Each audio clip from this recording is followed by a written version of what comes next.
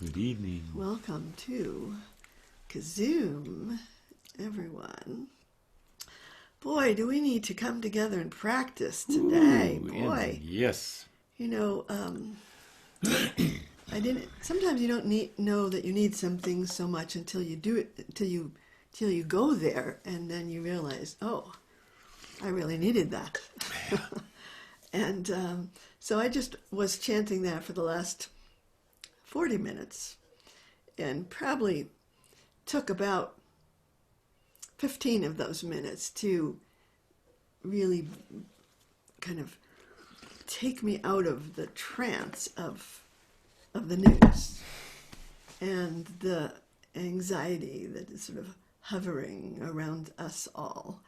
And once I broke through, there's a kind of a clarity, a faith, detachment almost, that that sort of sends me back to center.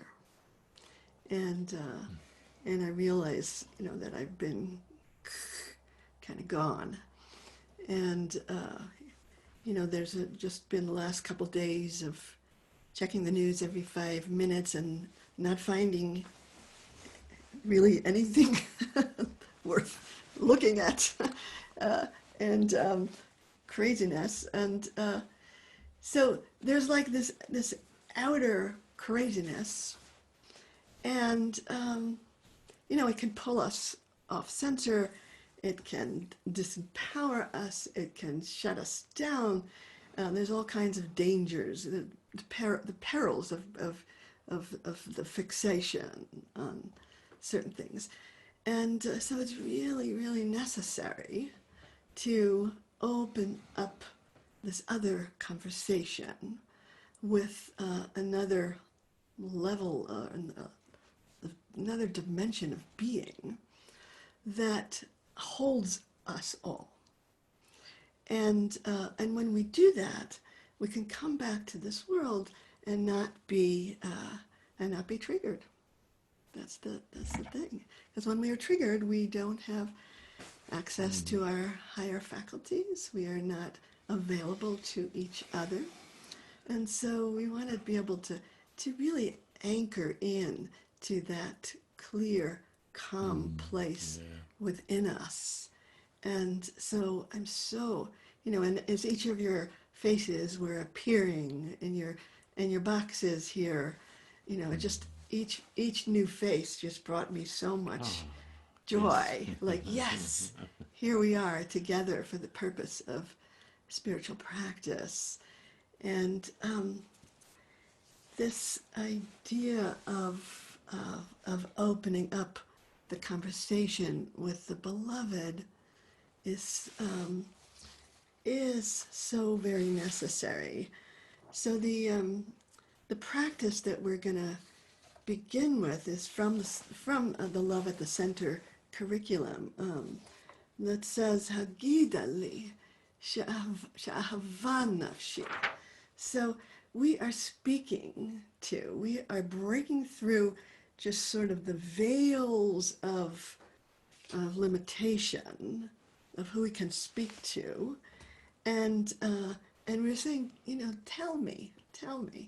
So I wanted just to tell you, part of my own experience with this practice of the Song of Songs, and there was one time I went on a hermitage, a lone retreat, up at the Lama Foundation. I was up at 9,000 feet in this little hut, and I was going to go do my meditation, and I didn't bring any watch or clock with me.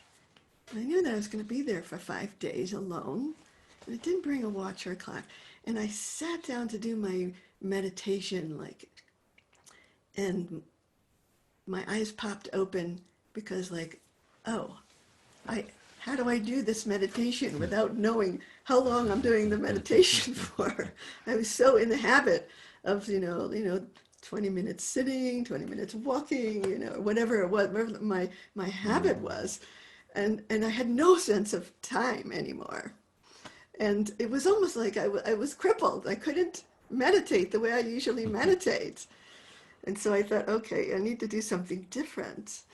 And I decided to open up a conversation with the beloved and to begin with an assumption that God, the beloved, was speaking to me, and every moment through the world, through all of my senses and through all of my soul senses as well. And so I said, for these 5 days, what I'm going to do is receive the beloved's communication to me and respond.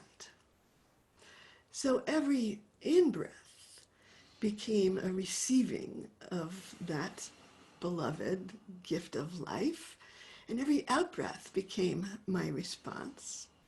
And every color that I saw became a message from the beloved, and everything that I spoke or sent into the world was my response to that color.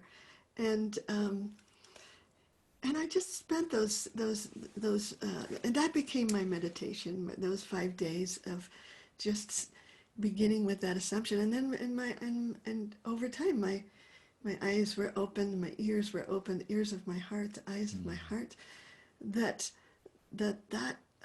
sense of communication, not in words, but in life force, really, was coming to me, and I could respond to it with my own life, with whatever was radiating out of me became my response to this gift that is always being given, but we don't notice it so much. So this was all I had to do for those 5 days.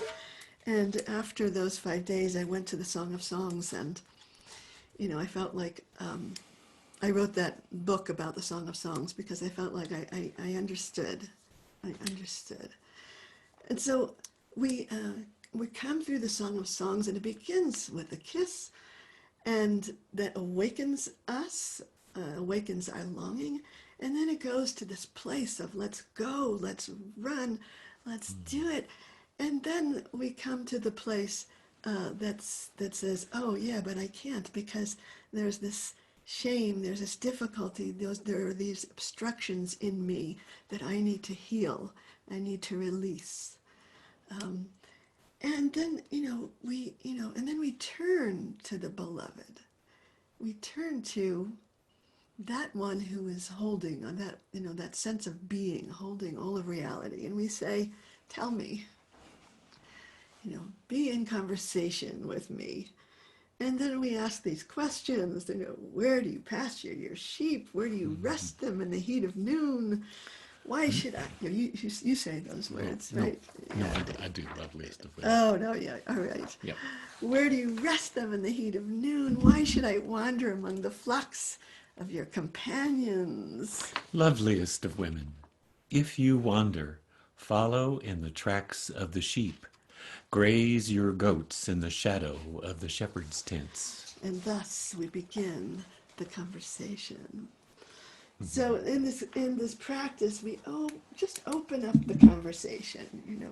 Open up the conversation with the beloved. We show up, asking the one we love to respond. And these are the 3 words I want you just to remember: with presence, guidance, and intimacy.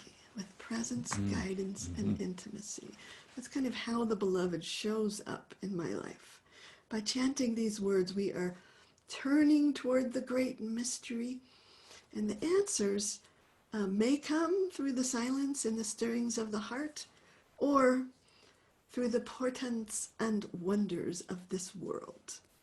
And then we must listen and open the inner eyes to see, and then we must follow the signs and the glimpses that we are given.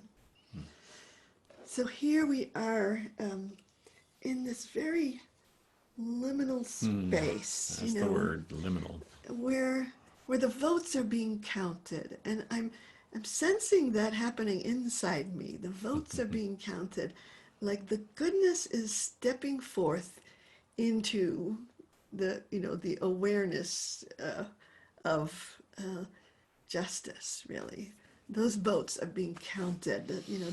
It's happening, and I want to put all of my sense of confidence and love and patience into knowing that this conversation with the beloved is taking this form right now of of this time. And we want to show up for it. We don't want to Run away and hide, put the run pillow over your away and head, that kind of thing. We don't want to do that.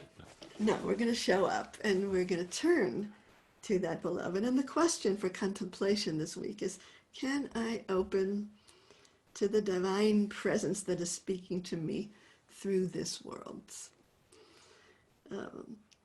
And I don't know, I'm feeling the power of democracy rising as divine presence speaking.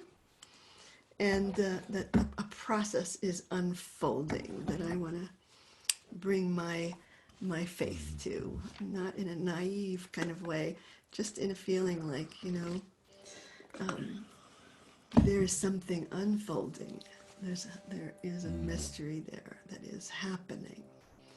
So I want to get out of the way.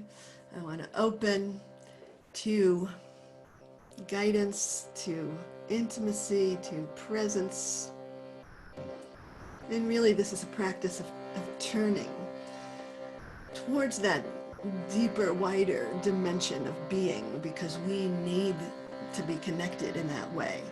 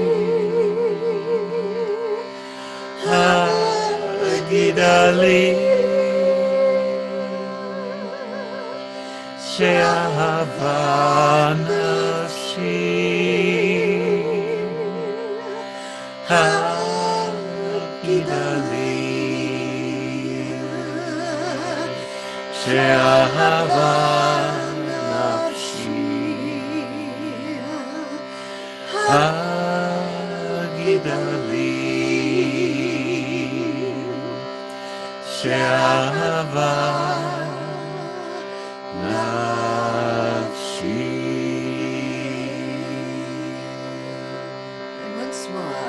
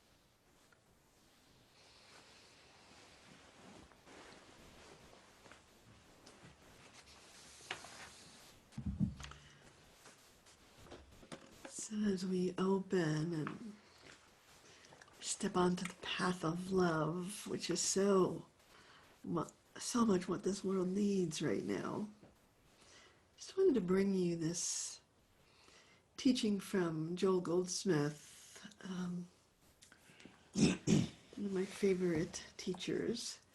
He says, in our work, and I think the work he's talking about is this work of love, the emphasis is not on trying to be more loving, more just, or more gracious. Our entire attention is centered on admitting the spirits. And then it will be more loving and gracious through us. So you get that difference. The difference is not like we're trying to make an effort. I need to be more loving, gracious, just. No, it's like we open up to spirit and become the channel, right? And then it will be more loving and gracious through us. We're allowing that. It will be expressing patience and benevolence within us. We will not have to take thought for things, which I understand as mean we don't have to figure it all out. We will be instruments for its grace and glory.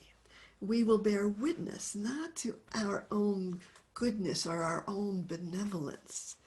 We will bear witness to God's grace functioning in us. God's grace functioning in us. Just,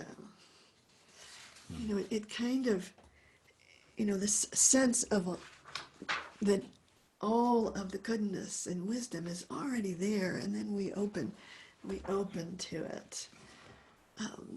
And it all has to do with living with a sense of presence, a sense of mystery, a sense that what we are, that it's more than what's on the news. There's more happening than what's on the news. Even though the last couple of days I was checking the news constantly, but there's so much more happening. And so I want to do a practice to bring us back to what that sense of presence can offer. And there's a practice, it's called standing before the mystery. And it's a very interesting pasuk, a sacred phrase, because when I was searching for the origin of this phrase, the way that I remembered is that I would walk into a synagogue and over the ark there would be these words. Actually, this way.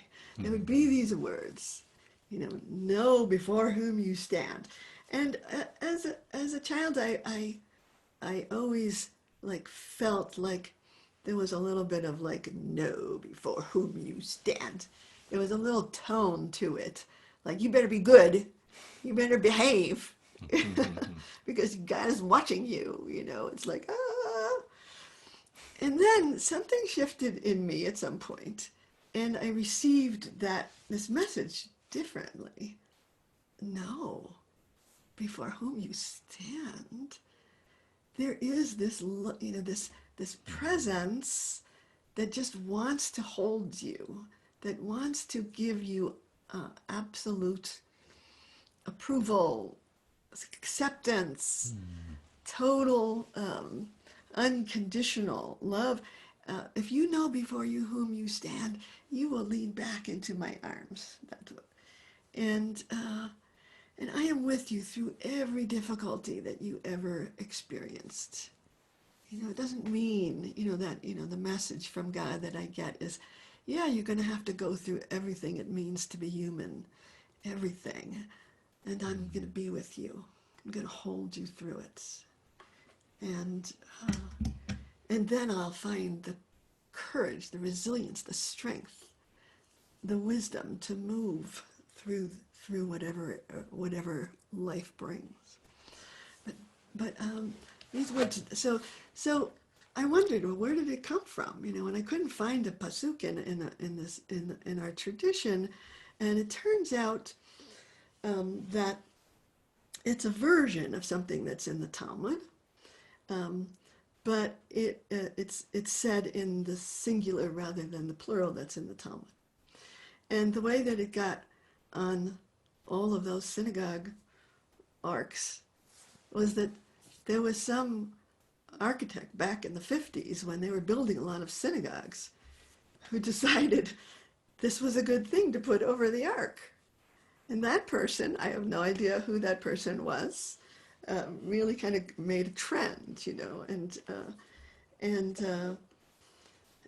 in a way, this idea that there is this very personal presence, addressing me in my prayer. So I want to bring that back. That sense of presence and intimacy and guidance that is so close,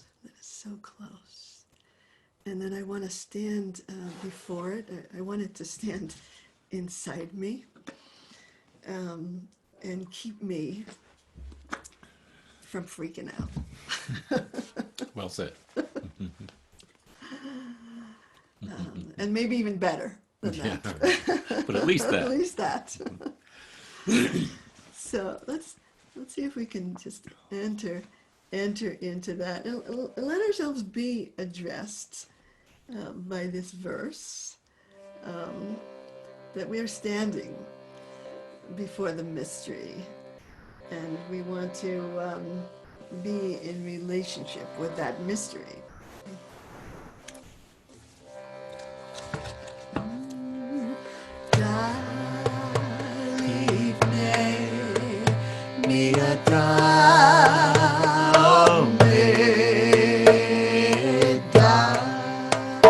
Leave me,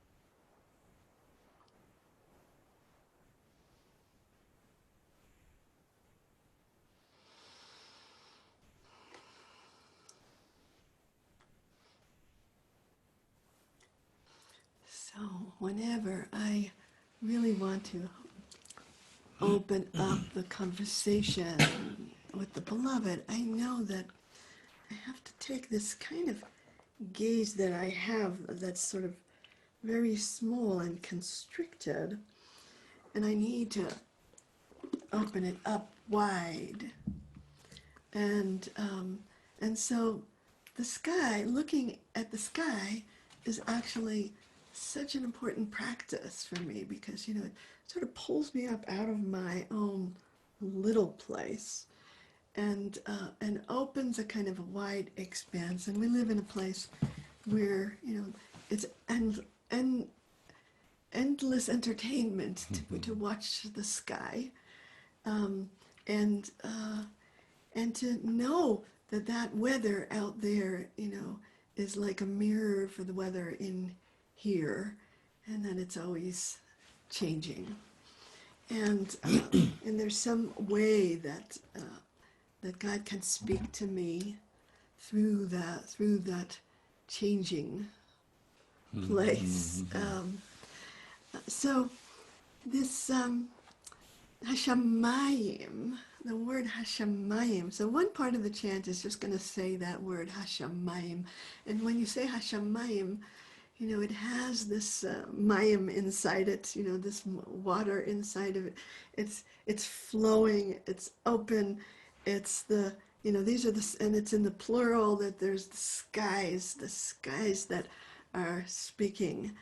And so Misaprim Kvod El, which means that those heavens, that sense of expanse, is telling a story of the glory of God, as it is full, that it is moving and changing, and it is going dark and getting light again, and having storms, and it's all happening, and it is endlessly fascinating, beautiful, poignant, and we need to like open up our attention. There's a book that Lena gave me called The Radiant Sutras, and this one line really reminded me of this practice. It says, "I am awake to the electricity of life. The dynamic power of breath is renewing me moment by moment.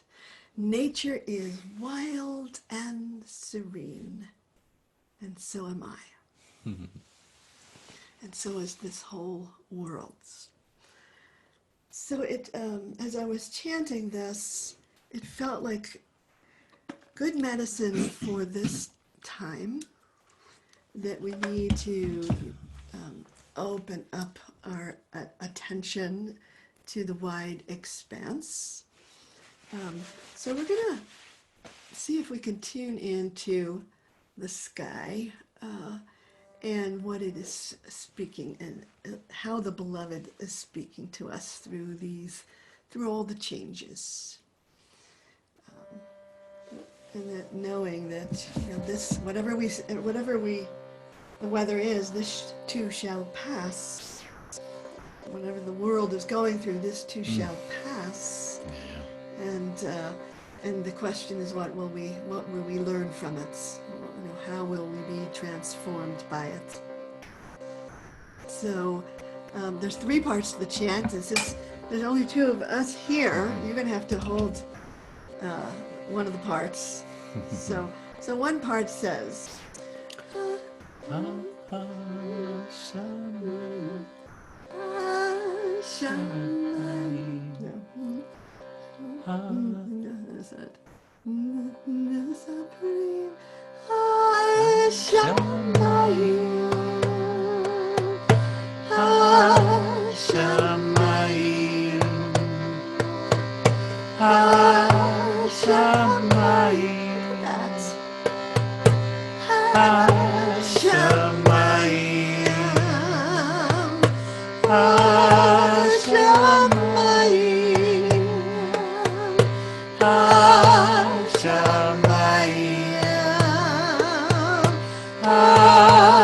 Hashamayim.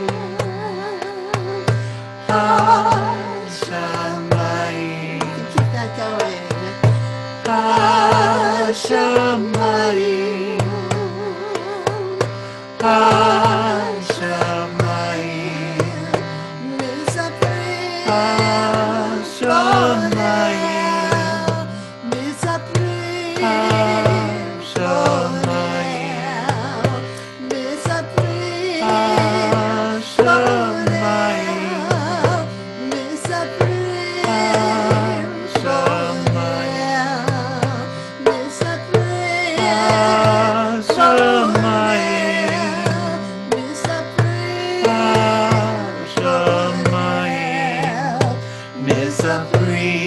The heavens open up and tell your story. Of sun and clouds and storms, of wind and glory. The heavens open up and tell your story. Of wind and clouds and storms, of wind and glory. The heavens open up and tell your story. Of sun and clouds and storms, of wind and glory. The heavens open up and tell your story.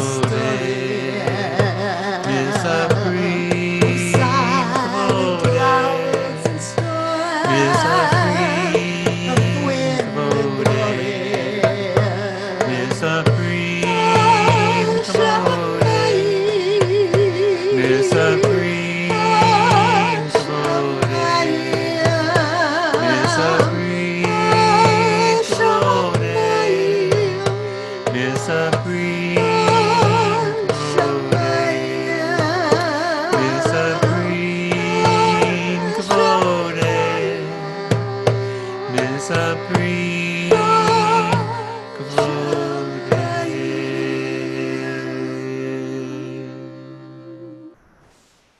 I invite you to close your eyes and imagine a wide open sky that is just shimmering with possibility.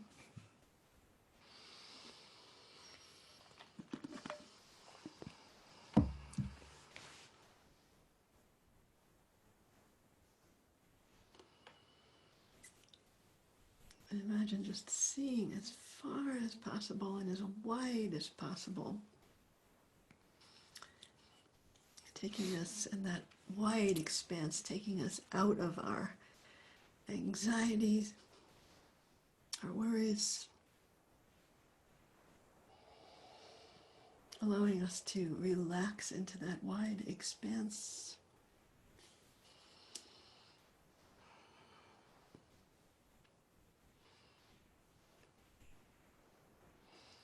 And trust the goodness that is coming forth into the world.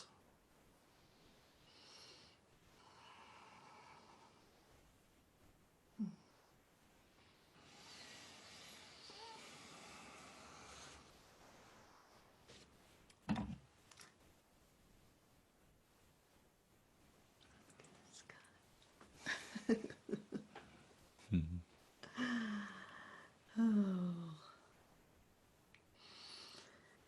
So as we open, as we relax, we also know that there's some places of constriction that are in us and in the world, and those places of constriction have a purpose, just as when there is a birth happening, the contractions have a purpose. And so we want to tune into that and to allow those contractions to happen, and to give them voice, to give them song. And this last practice that I want to do with you says, it says, it is precisely through those narrow places that the call to God can come forth. And so we want to sort of acknowledge and honor what those narrow places are inside us and in the world, those places of constriction.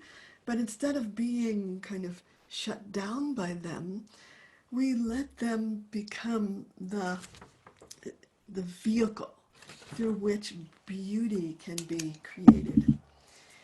You know, when I was a teenager, I mostly listened to the blues, and specifically a certain genre of blues that came out of Memphis,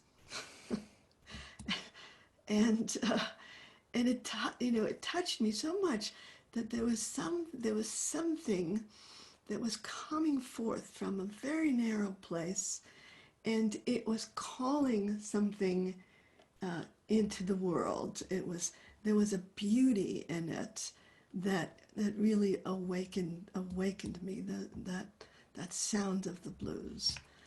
And whenever something of beauty is sent forth into the world, there is a divine response, and that divine response is called spaciousness. It's called the divine expanse, because we need that expanse. We have been, in some ways, just crushed, crowded, constricted. Yes. Yeah. And so the answer comes as expansiveness. And through expansiveness comes possibility. The possibility is kind of awakens our creativity and our hope, and our energy to create a new world. But it sort of comes forth from the cry. And I always like to remember that this process of liberation from Mitzrayim, from Egypt, from the narrow place, begins with the cry that comes forth from the people Israel. That's what sets it all in motion. And I kind of think that we were, enslaved for 400 years before we even could find the voice.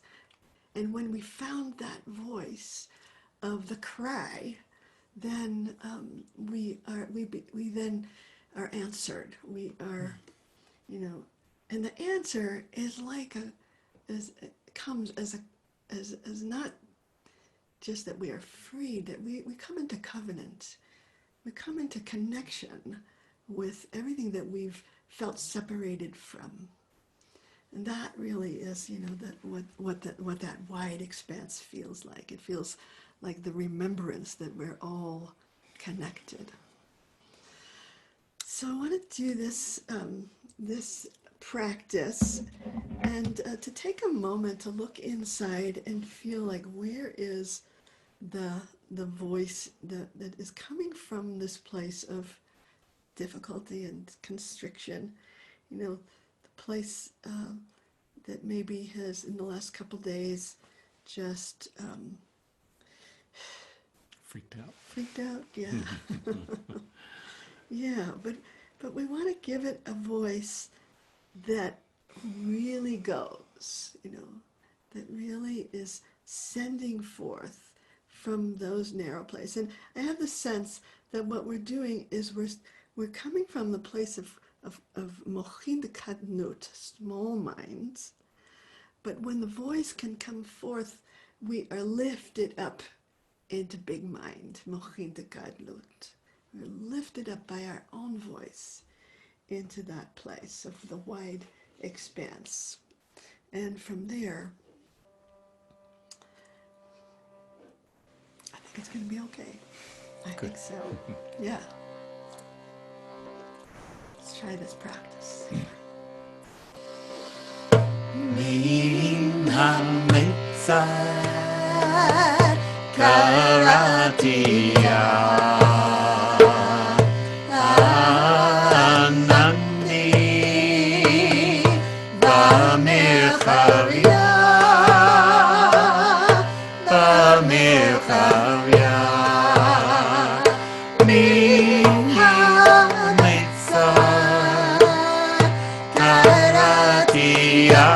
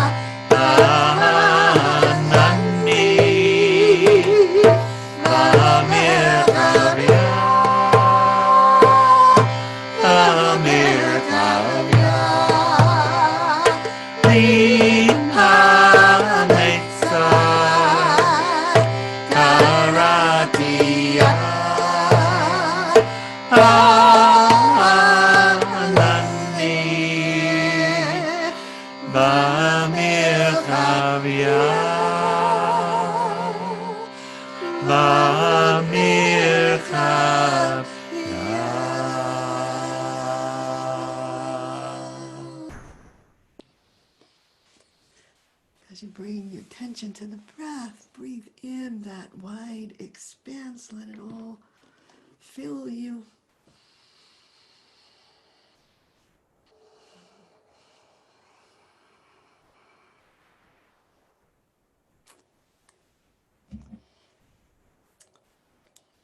just want to take a moment, and if you've found something of that wide expanse, let's look around the Zoom room and see if we can communicate it to each other. To look into these faces and communicate that sense of expansiveness.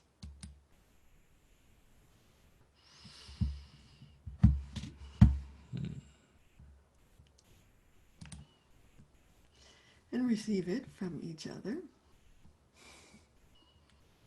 And know that we can move through this time with a sense of connection, confidence, a sense of the goodness rising.